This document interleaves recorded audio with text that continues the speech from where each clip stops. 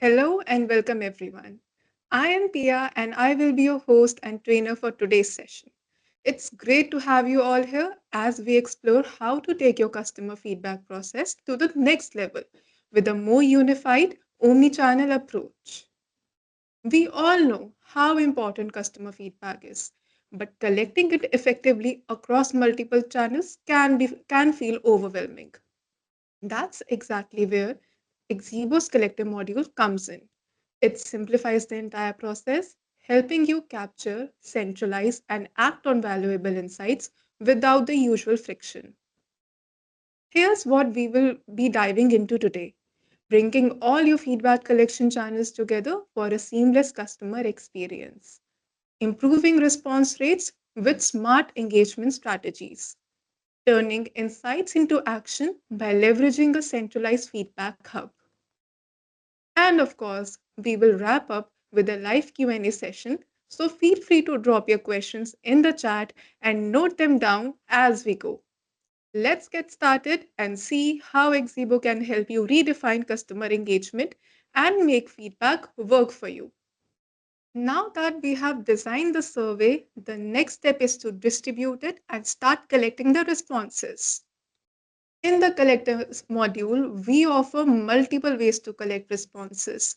First, we have unique web links that can be shared directly with the participants. So, from here, you can rename the collector.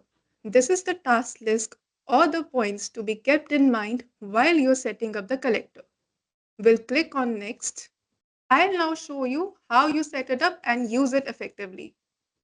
So through web link, you can generate shareable survey link through website, QR code, or social media. This makes it easy for customers to share their opinions without needing an invitation, helping you furthermore to gather more organic responses. Now I will rename this collector to Fib. So for custom URL, this option lets you customize the URL as per your needs. You can use embedded data by entering numerous field value pairs. Now let's go to the other settings. IP restrictions. Using this option, you can choose to allow whether computers with a specified IP address can take the survey. Coming to the response limit. This option lets you automatically close the survey if the response number reaches the limit set by you. For instance, I only want 100 responses on this survey, so I will set the limit. Now, coming to the web settings. Multiple responses. This option lets you control if you can get multiple responses from the same device. Cutoff date and time. This option lets you set a cutoff date and time for the survey. After that, respondents won't be able to take the survey. For instance, I want this survey to be taken till next week, and I can also configure the time. Response editing. This option lets you control whether respondents can change their answers in between or after taking the survey or not able to edit at all. Intro page. This option lets you decide whether you want to show the intro page to the respondent or not. Then going ahead, we have few completion rules. From here, you can enable the completion rule configuration. From here, you can decide on which URL your respondents will land when they exit the URL and when they complete the survey. You can also customize the messages to be shown when they meet the logic, when the quota is met, or when the quota is full. From here, you can customize the message when the collector is closed. So this is how you can set up your web link. Now let's go ahead to the next collector. Now coming to the QR codes, which can be printed and displayed, allowing respondents to scan and access the survey instantly. So again, you can customize the QR color as per your preference. If you wish to make it more personalized, You can also add your organization's logo. And you can also generate multiple QR codes.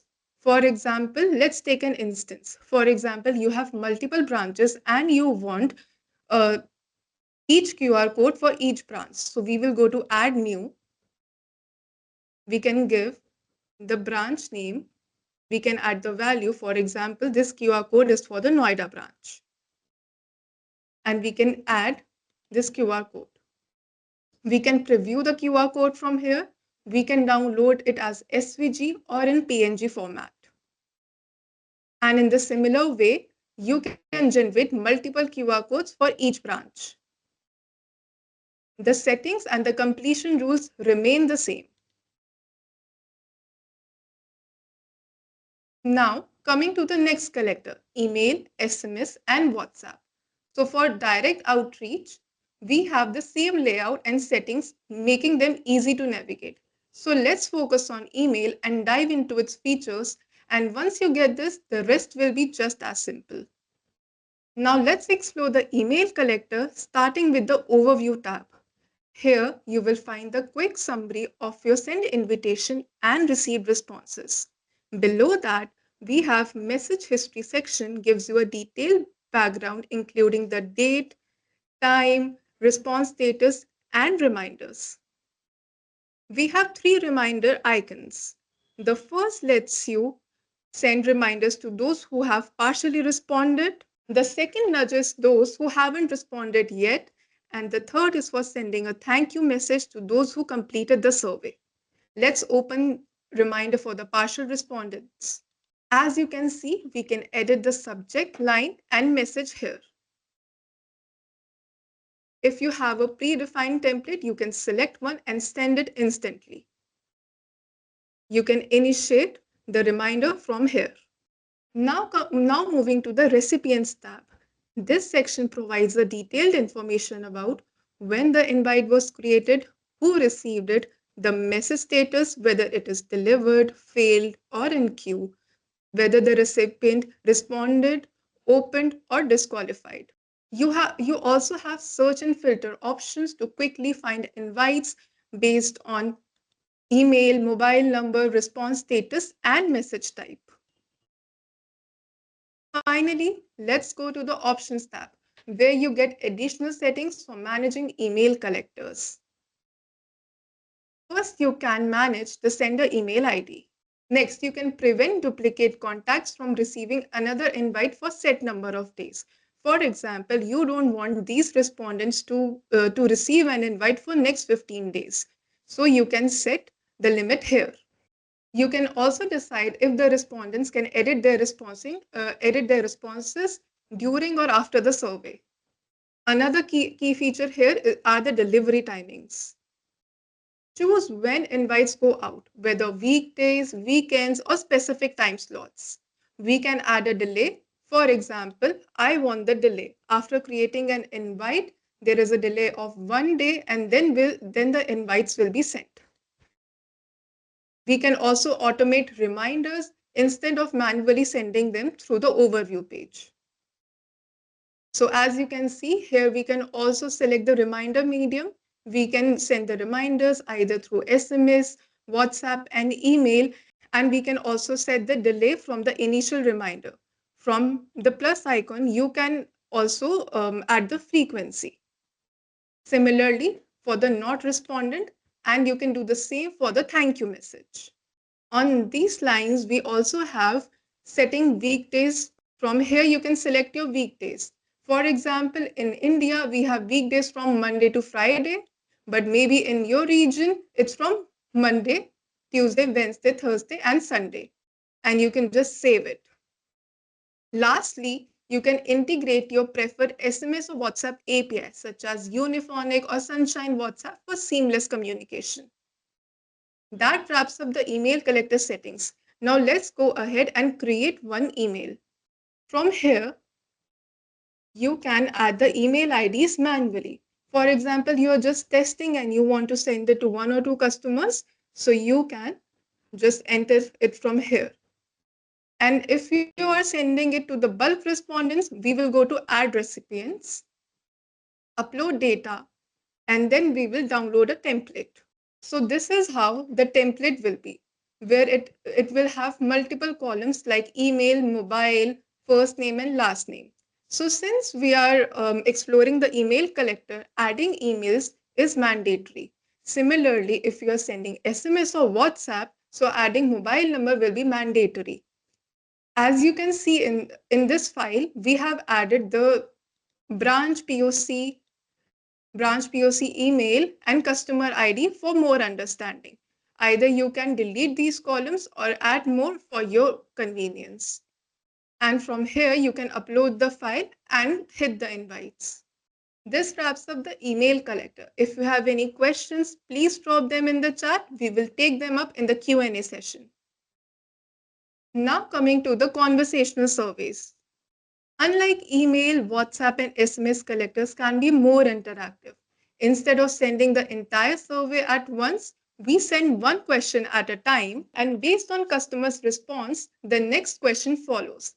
This creates a more conversational and engaging experience while still following the same setting structure. Now coming to API collectors. For automated survey distribution, API collector is used to collecting surveys by integrating into CRM or any other internal system. Through API collector, you can send a survey through both SMS and email and scheduling surveys, reminders, thank you message based on days or hours or set a date for the SMS email to be sent on. These are basic collector details which will be used by the integration teams for integration with any internal system. And the settings layout remain the same. Now coming to embed collector. An embed collector which allows service to be integrated into websites or mobile applications. This embed collector offers three flexible UI options to integrate on your site. Standard, a compact version that seamlessly blends into existing layouts. From here, you can manage the width, the height, if you want to hide header or footer. Now we also have an embed code which can be taken from the platform and your integration or UI team can add it in your website to show the survey. Now going on to the full page. Expands to cover the entire browser window. And we have similar settings for the same. Now, lastly, pop-up opens in a floating window, allowing users to interact with the content without leaving the current page. So we have some additional settings here, which like launching the pop-up automatically, closing on completion, and changing the backdrop color. And we have some collector settings where you can customize the collector is closed message, whether you want to include anonymous responses or not, and if you want to restrict certain IPs. You will save it and continue. Now let's come to the audience collector. The audience campaign lets you create targeted audience group for your survey.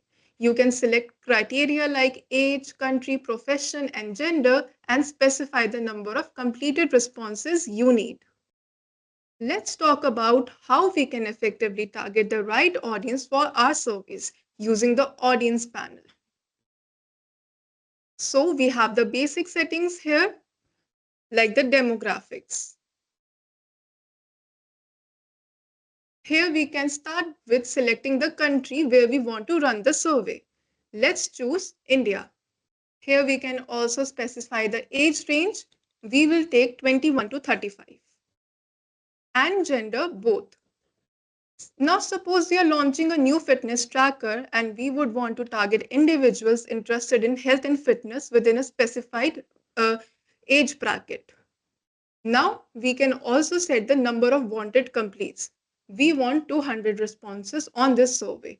We can also add the estimated incidence rate and estimated length of interview. So this survey, let's say, has 20 questions and the estimated length of interview is 15 minutes. We can also set the number of days the survey will be active. So let's say for 7 days and the start date is today. We can continue and head on to the regions. So from here we can we can refine by state or union territory. For example, if we want responses specifically from Delhi, we will select Delhi as our target region. And if you want, you can select multiple target regions. You can also narrow it down by main region, city name, and by whether it's a tier 1, tier 2, or tier 3 city. Now let's head on to the profiling for more precision. So let's choose a group profiling category. This allows us to select respondents based on interest. Since we are launching a fitness product, we will go to hobbies and interest and choose health and fitness. And we have other ways also where you can narrow down the search. Now let's come to setting quotas. We can define quota based on age, gender, region, and other profiling factors. This ensures balanced and diverse data collection. If we don't want to specify quota, we can leave them open. Once we are satisfied with the setup, we have two options. Confirm the order. This will launch the survey to the selected audience, or save as draft. If we need to review the setup later, we can save it and return when ready. So this is how you can utilize the audience panel. Now, lastly, let's start with the field force.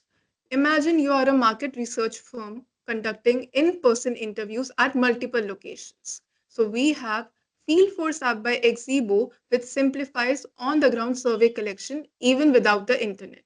You can assign survey to agents and add important details to guide them. So from here, you can assign the agents. In the survey info, you can add important details for the agents, and you have collector settings, similar collector settings.